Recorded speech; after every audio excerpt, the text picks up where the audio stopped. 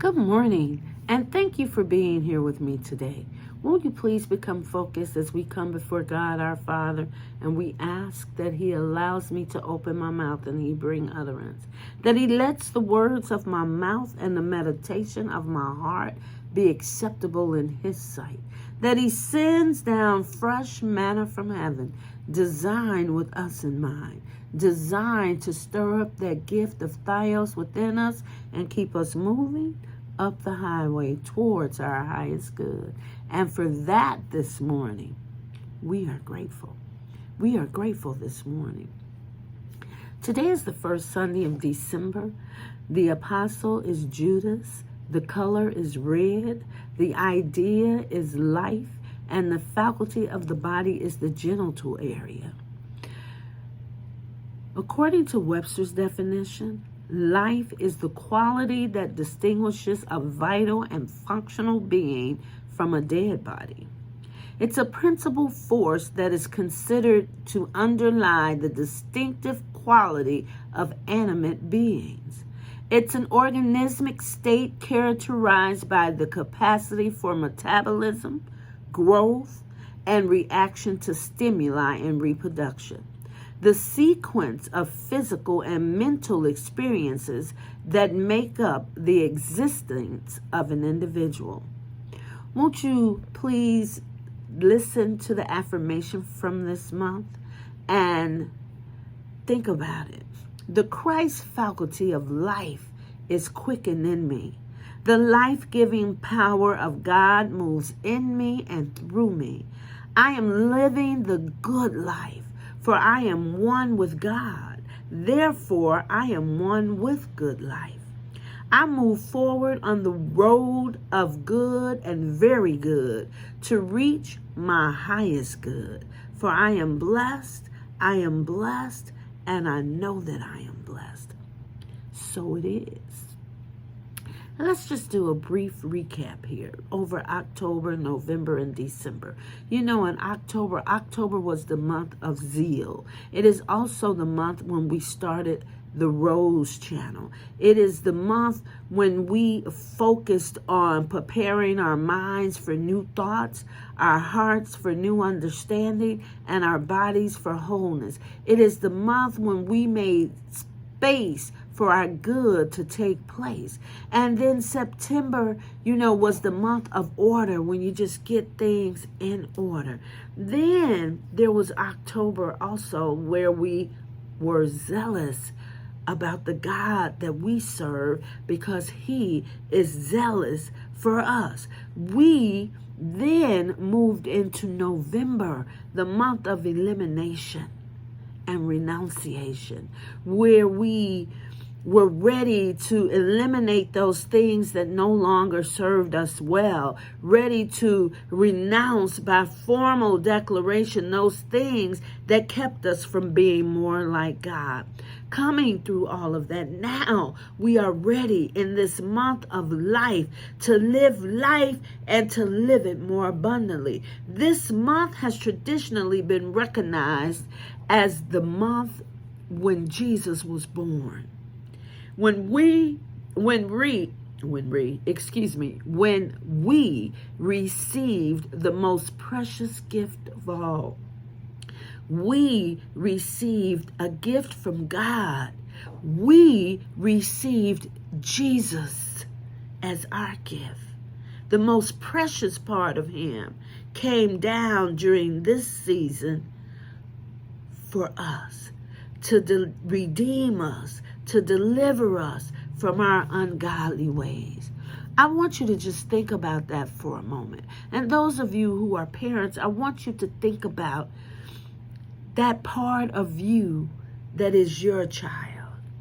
How much more dearly do you love anything and anyone else in the world?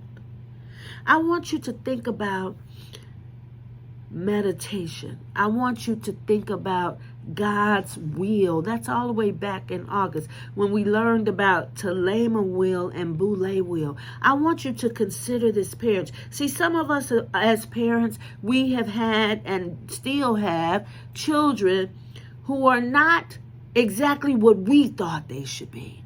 We have had grieving moments, and we have had opportunities where we just wished more for them, better for them. As a matter of fact, we always want what's best for them. And I'm reminded of Isaiah, where he says, I've seen what they've done, and I know what they do, but I am still their God. I will heal them. I will be their God. I will comfort them. Doesn't matter.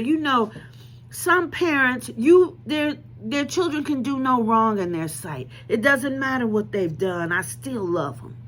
I'm still there for them. I'm going to still help them. That's how God is. God begot us of his own will, his telema will, that emotional will, that will from the heart. He begot us, and then he blew the breath of life into us, and we became living souls. He then blessed us with dominion, and he told us when he made us in his image and his likeness to go forth to be fruitful and multiply, to subdue and control. And having given us all of that, we still went our own way and found ways to worship our idol gods. So I could imagine that God was grieving when he saw that we were doing everything that we were big and bad enough to do, but weren't producing the fruit that he made us to produce, the fruit that he gave us power to produce.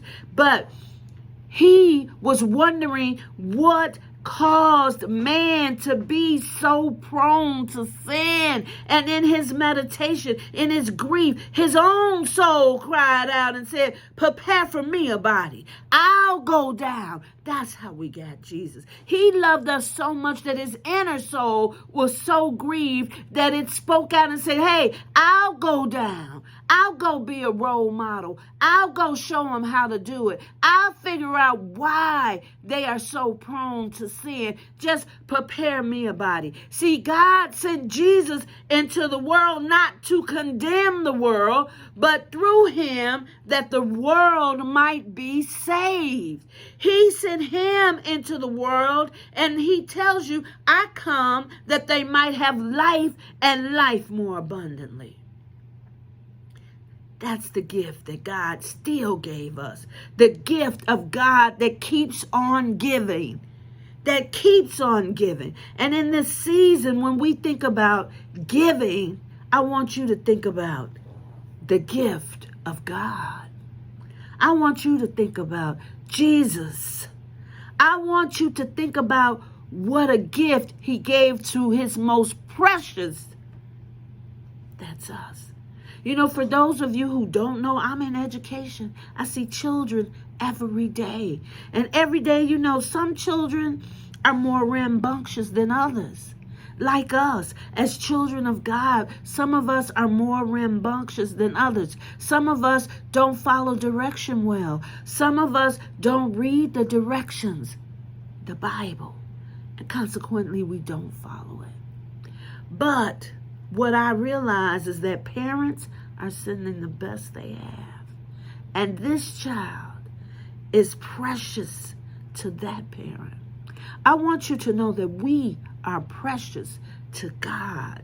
We are the best he has. We are the greatest design, the greatest thing he's created. He created us. He molded us in his own image. We are of his spirit. He blew that spirit into us. We are him, and we represent him. And he loves us no matter what we've done. He is one of those parents, you can't talk bad about his child to him, because he still loves us. He still forgives us. He still setting us up for success. He still only wants to see the best in you, and he still only wants for you good and very good. If you would just follow directions. If you would just be the dynamic being that he created you to be. But see, some of us, we take that dynamic spirit of God that dwells within us, that Theos, and we do all sorts of other things that we think we are big and bad enough to do, because God gave us choice. But even when we don't make the choice that would have been his choice, Even when we're not functioning in his will, he still loves us. He still forgives us. He still makes provisions for our visions. He still sets us up for success. He still only wants the best for us. I want you to receive that gift today.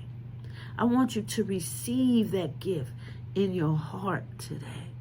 And then I want you to be fruitful and multiply. I want you to be dynamic, not diabolical.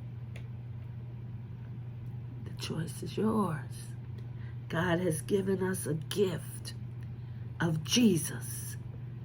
Won't you open your gift? Won't you open your heart to the gift of Jesus? Won't you focus on being that chosen child? The one that he loves. He loves us all so much that he will never see you fall. He will uphold you with his righteous right hand. He will pick you up and he'll turn you around. Receive the gift and be a gift back to him. The best gift you could give him is to receive him.